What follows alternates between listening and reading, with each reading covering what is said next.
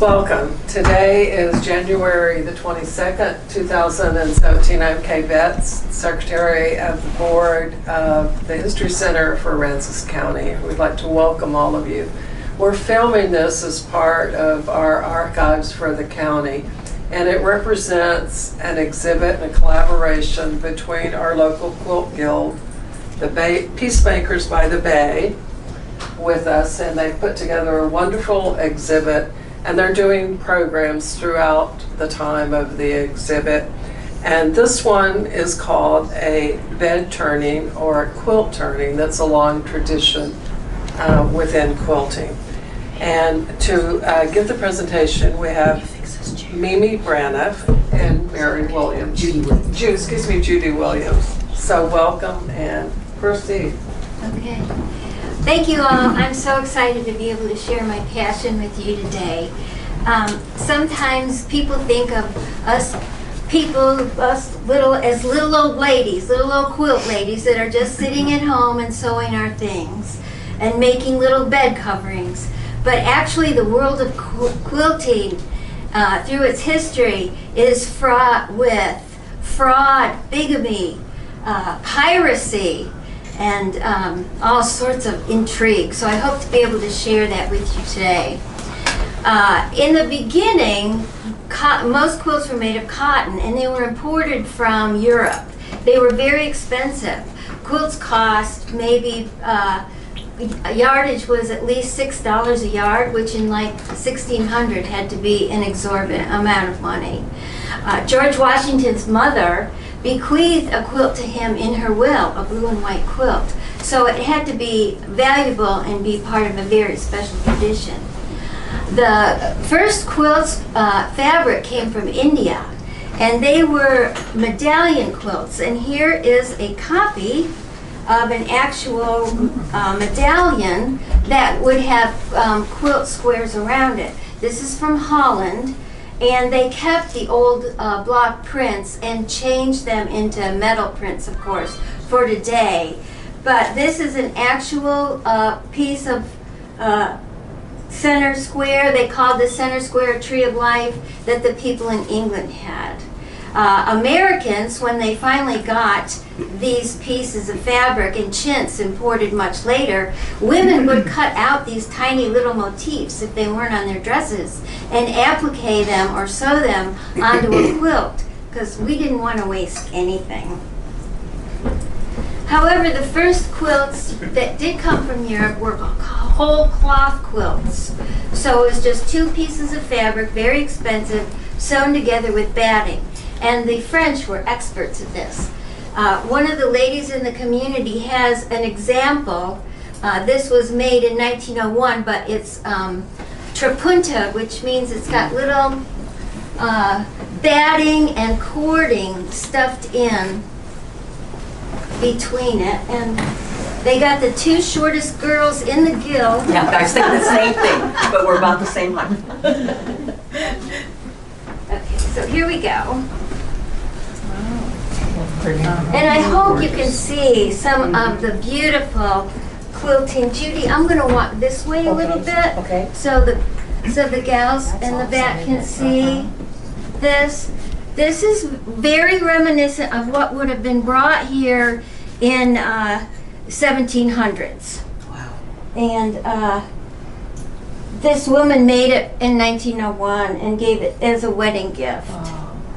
But it's very rare and it's been appraised, and I had to keep it under my bed last night. I had to promise the owner. So. Thank you, Judy. Yep. But because fabric was very expensive, first quilts in America were not quilts like that. They were made from leftover clothes. And what were the clothes made of at that time? Which was wool and flax. So here's an example of what an early quilt might have looked like. This is from probably 1920 maybe. But if I want you to see that it's wool and maybe some velvet. They would have had velveteen. And they would just use it for keeping out drafts, window coverings in a soddy or something like that. The back The back has this. This lady used, this is probably from a cotton flour sack or something, whatever she had. It's sort of, it's very rough, but boy, I really admire her for putting that together. And then finally, we started making blocks. But before that happened, the Industrial Revolution descended upon the world. It was spurred on by the textile industry. Arkwright was the first developer of a water loom in England. And England was so protective of that technology that they forbid anyone from leaving the country, any workman, any manager, any owner, anyone from leaving England with that technology. Could sort of like maybe China today. I don't know, they get our stuff. But one of the guys that worked there didn't like that so much, and he didn't like the way the English ran their company.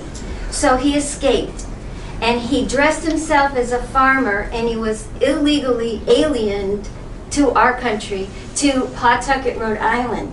This man's name was Slater. He built a mill from the ground up. He got a couple of investors together from memory, because of course he couldn't take any plans with him or anything like that. So he started a mill there, and then our textile industry took off.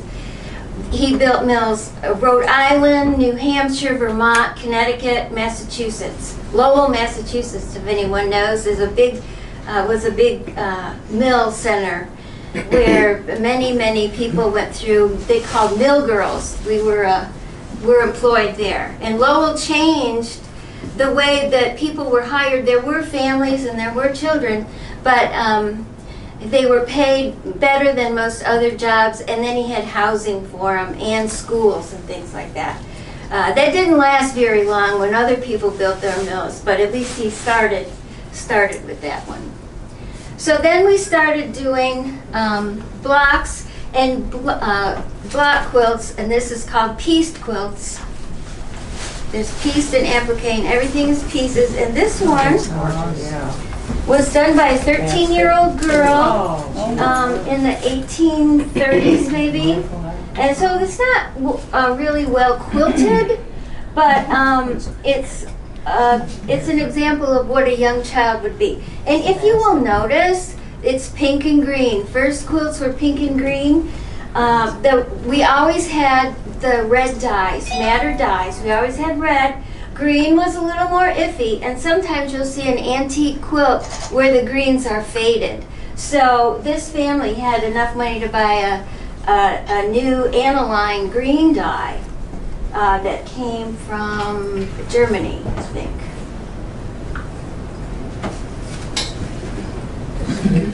And there was no batting. There is batting in there. There is batting in there. Real thin. Yeah. Along the same time as the mill started in the 70s, 90s, there was a young man who just graduated from Yale. His parents didn't know what to do with him, so they said, listen, why don't you go be a tutor in the South? They need you. So he got on a boat in New York, and he went down to Savannah. And on that ship, he met Catherine Green, who was the wife of the widow of a Revolutionary War general. And in the good Southern way, she said, yeah, I'll come over. So he visited her home, and she had a plantation in the South, and she was telling how long it took to get the seeds out of a bale of cotton that she grew. She said it would take a woman a whole month to get it out, and a slave even longer. So that was sort of the start of, the expansion of slavery to grow the cotton product. But this man's name was, oh my gosh, Eli Whitney. Eli Whitney. Thank you. Metal block. This man's name was Eli Whitney, and he invented the cotton gin, as you probably remember from your history. And he got into partnership with Catherine Green's manager, and decided that they were going to become millionaires because they were going to sell this gin to all the cotton farmers in the South, and as payment they would take part of the crop money from the crop. Well, that didn't last long because there was something back then called piracy. And his invention was pirated by pretty much every single southern plantation owner, and they made improvements on it. So in the early 1800s or 1840s, there was the expansion, the huge expansion, not only of the cotton crop and slavery too as well.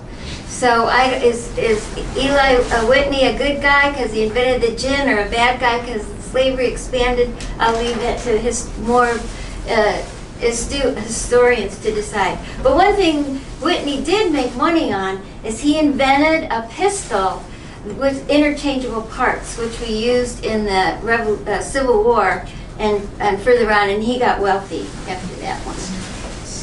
So then we had this guy, Elias Howe, who perfected the sewing machine. And the sewing machine was sold, but they were hundreds of dollars for Beck at that time. Then Singer came along and made lots of improvements in it.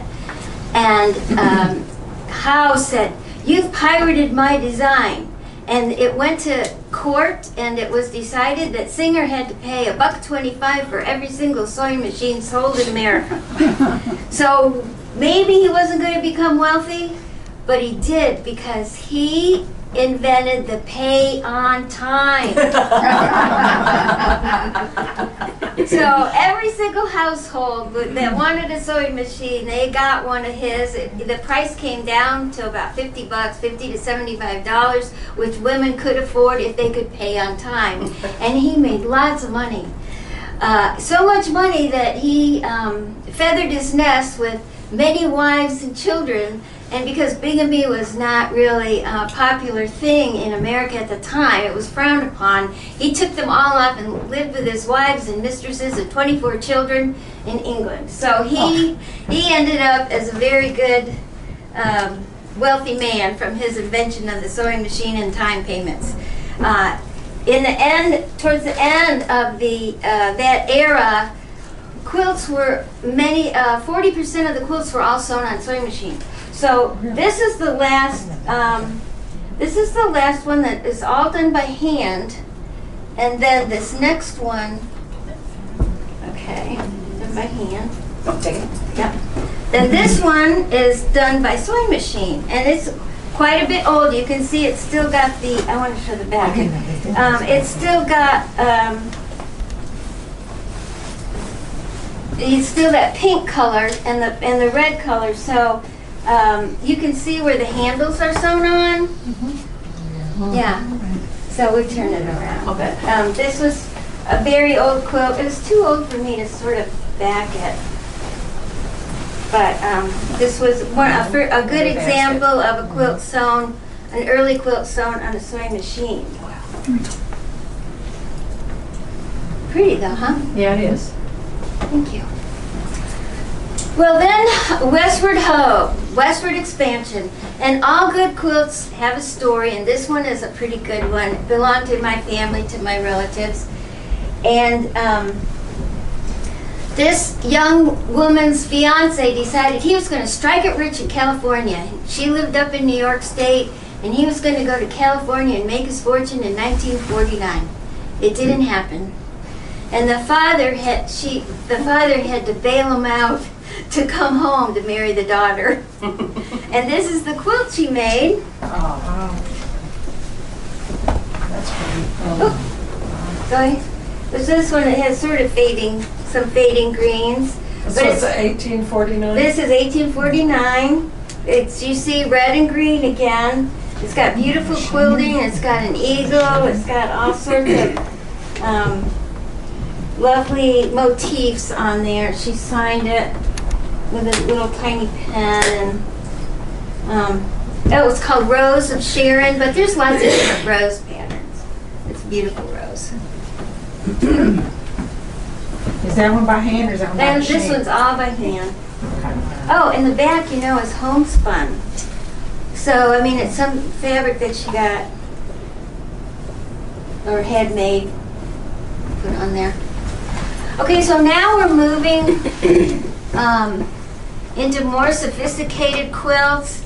It was one of the times where ladies actually had time to do stuff. There was more money after the Civil War, the Industrial Revolution, robber barons, industry here, and good fabrics and cheaper fabrics.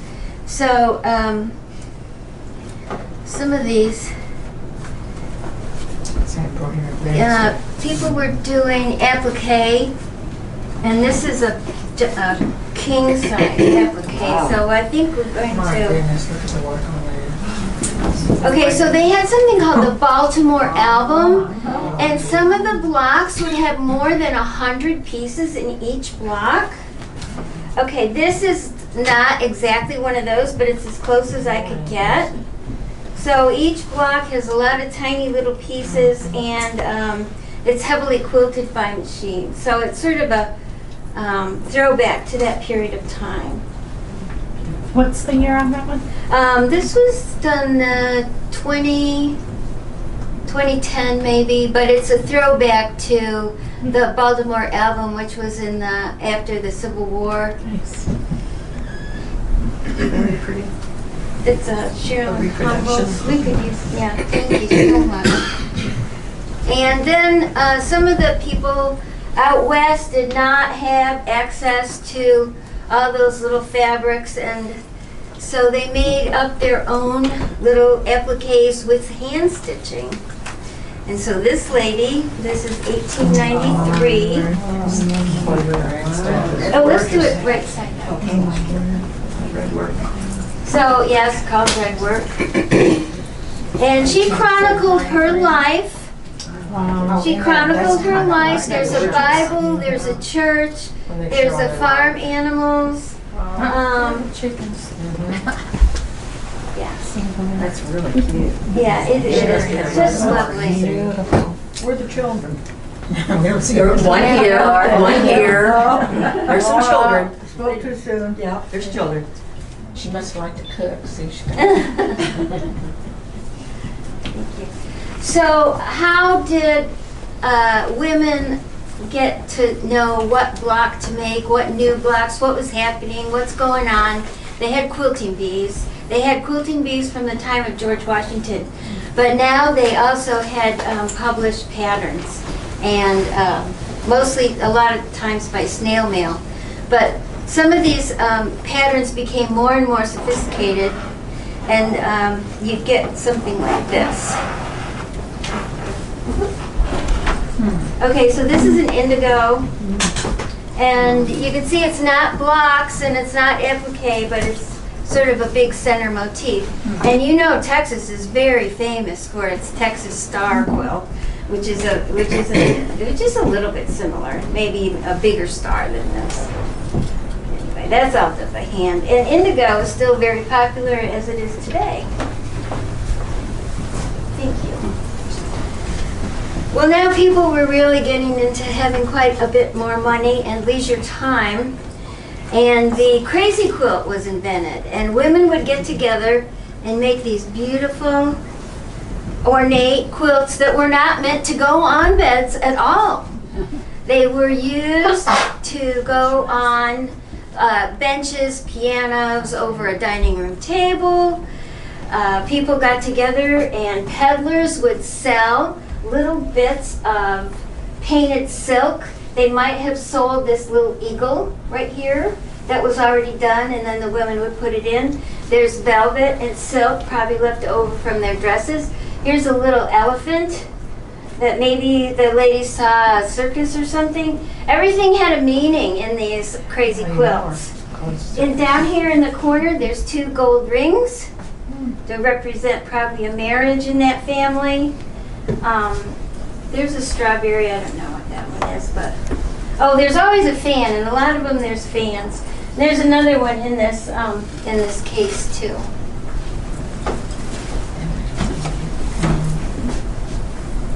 sewn. That was 1885. This one says 1883. Oh wait, I guess it's this way. You were saying you in your spare time.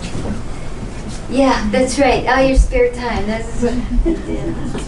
Okay, so the one up there where Judy's holding, that lady just went crazy with her. She's so bad. Crazy with the crazy. Yeah, that's the craziness. So all these pieces were put together on a backing, and then they were sewn together. Okay, now this is a hand-painted piece of silk that lady would have bought to put in her quilt. There's a horseshoe, that was good luck. There's an owl, that meant wisdom. And I can make up more stuff if you want. Well, this is kind of unique because she's gone over, paint's been brought over that next Yeah. piece. Yeah, there's sort of another fan motif. You'll see a lot of fan motifs. This was from the North Country, as we from New York used to call it, but the Adirondacks. And here's a painted little sunset, hand-painted sunset. So they're great. And I have some blocks that were never put in a quilt, and I'll be glad to hand them out, and feel free to look at them. You can see the backs. Here's one with a tiger that's sort of strange. Well, that's interesting. So, Here you can look at those. They hand them, and then just when you get done, just pass them that way.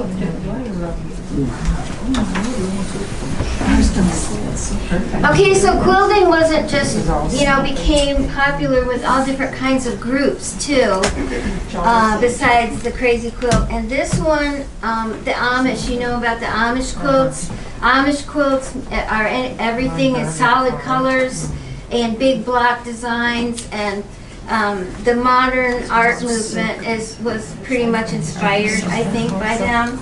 And here's one that's all chintz fabric. It's from New Hampshire, Amish group. And this is all hand-pieced. A lot of them did not have electricity, so they did everything hand-pieced, and this is sort of a typical, I'm not quite sure why it's so huge, but because their beds wouldn't have been this big, but anyway. It's chintz fabric, it's quite shiny. So that's Amish.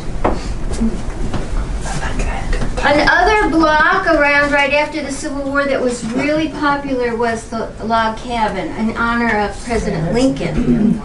Okay, the traditional log cabin would have a red center and then surrounded by little pieces of fabric or logs. This one has a black center surrounded by red. And they're all different, no, that's the back. So you want Yeah. Yes, it in that way. Yes. There you go. So there's all different settings for the log cabin. This one is it's sort of field and furrows, but there's all different kinds of ways to put them together. And then she put a quilt on the back. Show off. Oh. That's a traditional setting like that. Excuse me, little logs. That belongs to Jan Swatek. Blue and white, more and more blue and white. One block quilts. This is sort of an example of a one block quilt. Again, lots of indigo.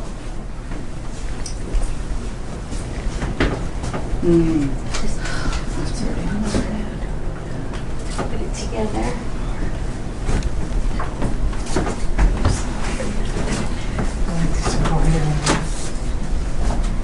Oh, now we get 1920s. Quilts actually became political. I know we're probably all exhausted with politics, but there's the drunkard's path, and that was usually made in blue and white. It's sort of like a fan design. And there was a quilt that had a big T on it. That's for temperance. And this was a quilt that was given to a young man when he got married. It's called the bow tie. oh, that's nice. Oh. And they're still making bow tie quilts today. This one's a real faded one, but this is pretty old. But what fun, huh?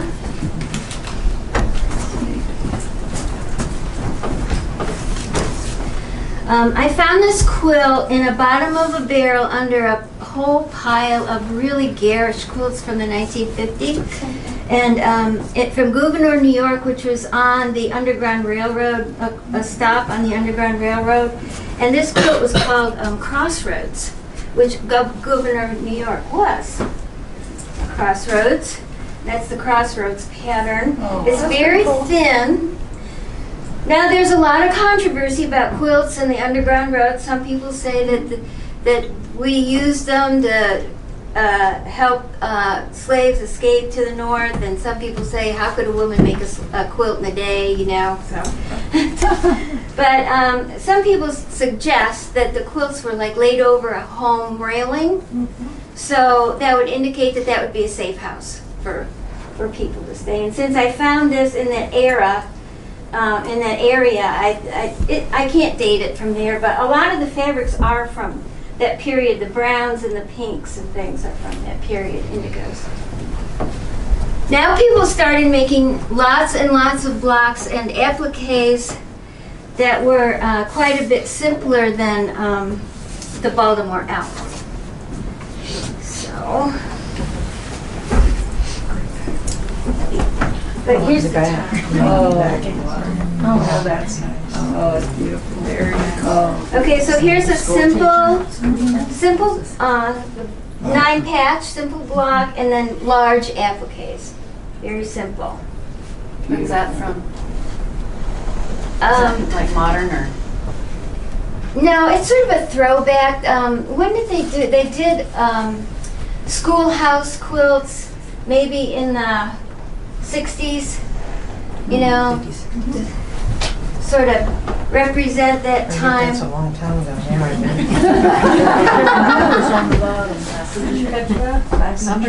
Yeah. Oh, yeah. There is. 120. 12. Okay, so here's another real simple block quilt that has a few simple appliques. Here, wait, this is the top here.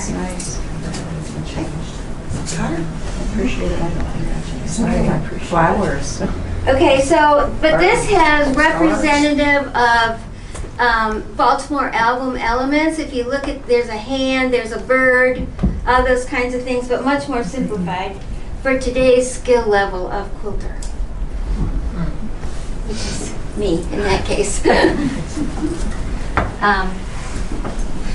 And then, before we get to the mighty 30s, there was center medallion quilts. Center medallion quilts have been made for a very long time, but they are enjoying a resurgence.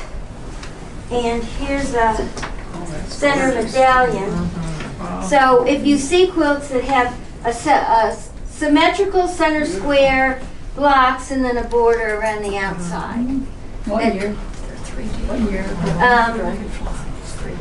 2010 maybe, but it was made in 2010, but it's representative of something that would have been made in the early 1900s. Oh, okay. Yeah. Thank you. Yeah. That's beautiful. The dragonfly. Oh, It's gorgeous. Beautiful. Yeah, gotta be fast. well, then the 1930s happened, and by the 1930s, fabric became very inexpensive. 5 cents a yard. Wow. It was so inexpensive that people actually, factories used it to fill their flour in. So a whole bunch of quilts were now made using flour sacks and feed sacks, because that's what they used to make quilts, but they used to sell their product. The Kansas City Star newspaper decided, because quilting was now so big, that they were going to publish a pattern. A lady named Ruby McKim started publishing patterns, and the Kansas City Star published one pattern a week for 34 years. Oh, wow. And so here's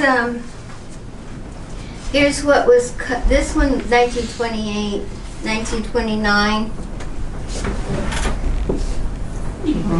So if any of you are quilters, you will notice that there's no room for the 1/4" seam that we use now. There's just the templates. And this belonged to a lady in the guild who came from Oklahoma, and her relative saved all these. So, and to know that, just as an example, that flower basket, you saw 2 of them. Here's the pattern for it. Yeah. Right here in the book. So I'm going to leave this here, and we can put it on the table, and people can flip through. So now we've got these beautiful quilts from the 1930s.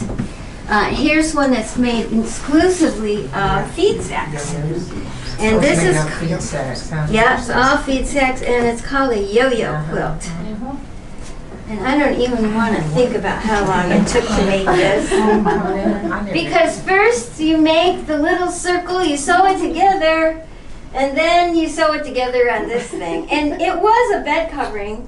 It's got this little flip thing up here somewhere.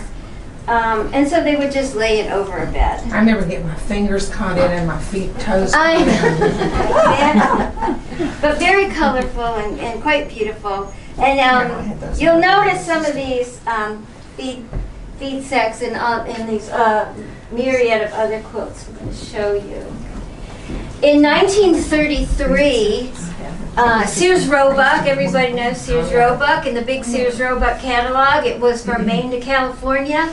They ran a quilt contest, and the quilt contest had a $1,000 prize. 1933 was the year of a terrible depression in America. So this spurred every single woman in America who could sew to make a quilt. They had so many quilts, thousands of quilts, more than 25,000 in New York alone. So they separated a few of the quilts from each state. They had to have eliminations. So the winner of the quilt gave her quilt to Eleanor Roosevelt. But it came to find out this was one of the biggest frauds in quilting history. She had her maid cut it out.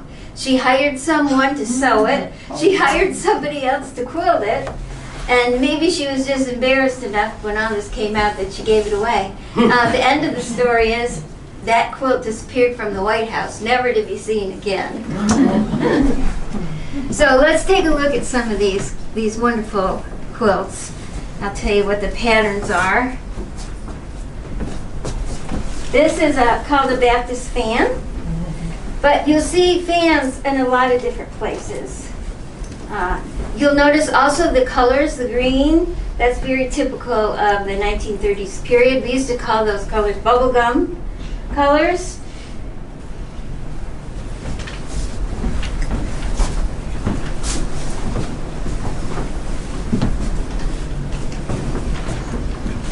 Oh, this is one of my favorites.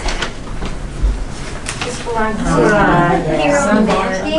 All right, now who knows the name? Sunbonnet Sue and Overall Bill.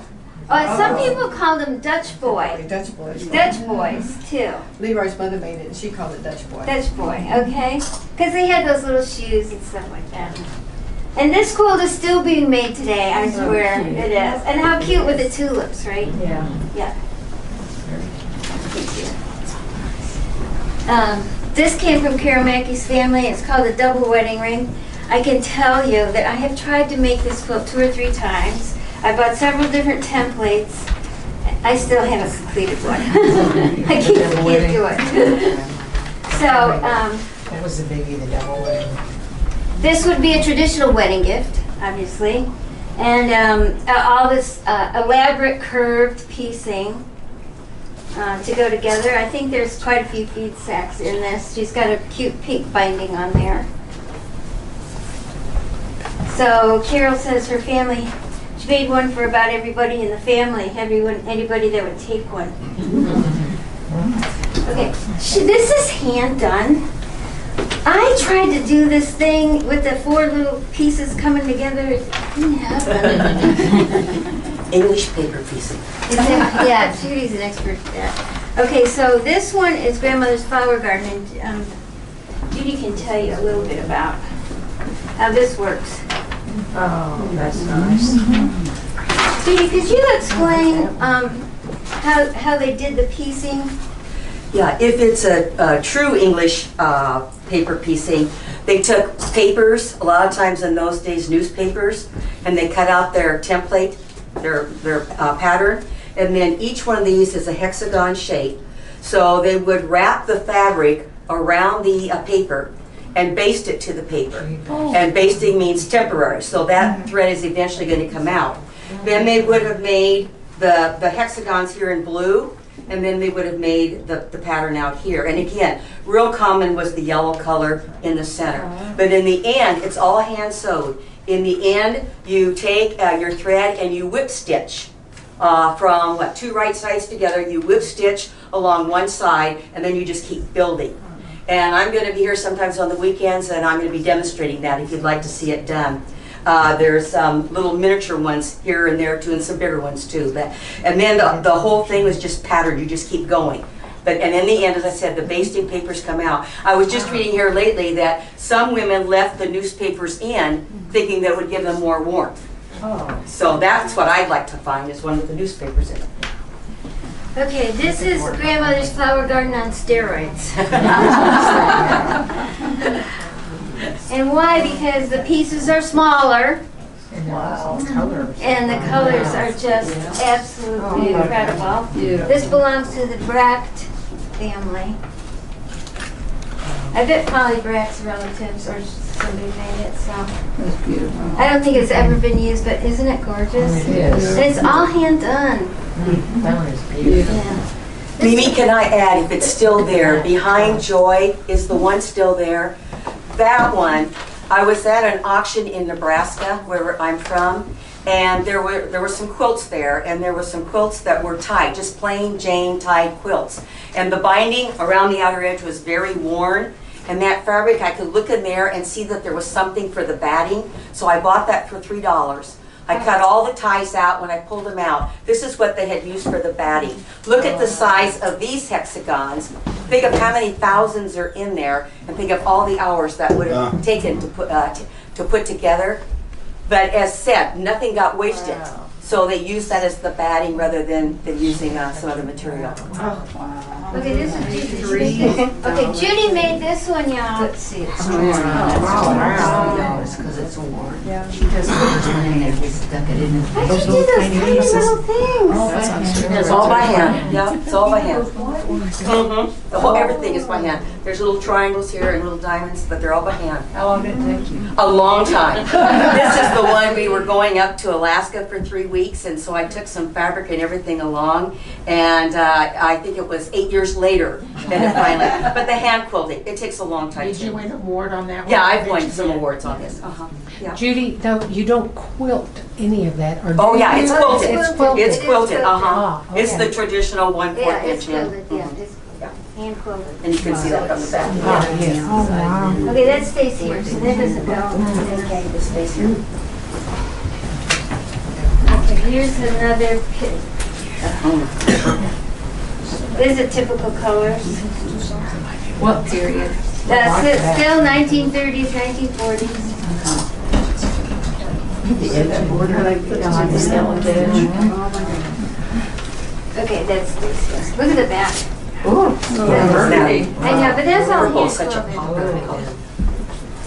Okay, so ladies, I want you to know that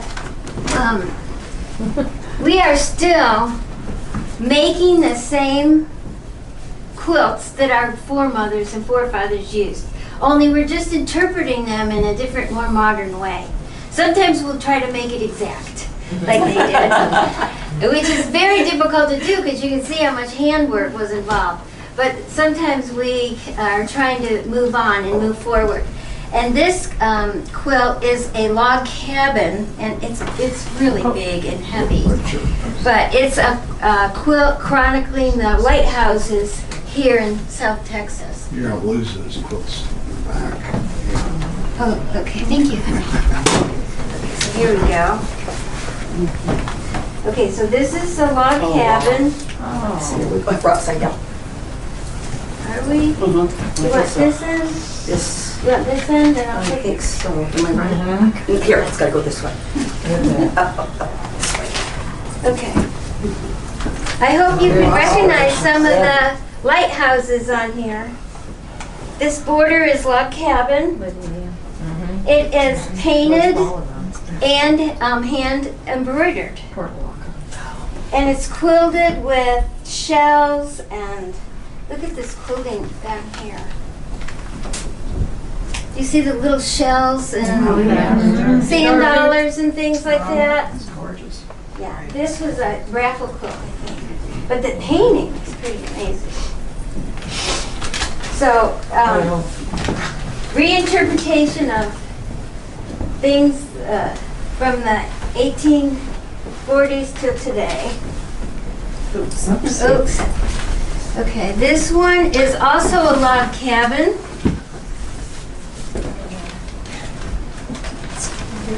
Get your sunglasses out.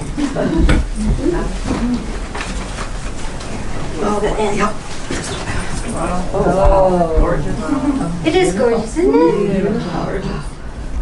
But that too, that's a log cabin as well. But made, what has she got on here? A year or so ago. How much? A year or so ago. It just recently. Yeah. It's beautiful. Those Look at are the all back. batik fabrics. Yeah. Yeah. Beautiful. Thank you. So I just would like you to appreciate that quilting is part of American history. It's ours. We're the ones that did the patchwork and the sewing and the selling of our patterns and then giving away most of our patterns and getting together and doing quilting bees, and we still do that today. We meet right here in Rockport, Peacemakers by the Bay, and there's and we learn all different kinds of quilts to make, and one of them is that fan quilt. Here's the modern interpretation of a fan. Oh, that's gorgeous. Oh, That's gorgeous. With fabrics from China. yeah. So in conclusion, thank you so much for allowing me to share my passion with you all. I appreciate it.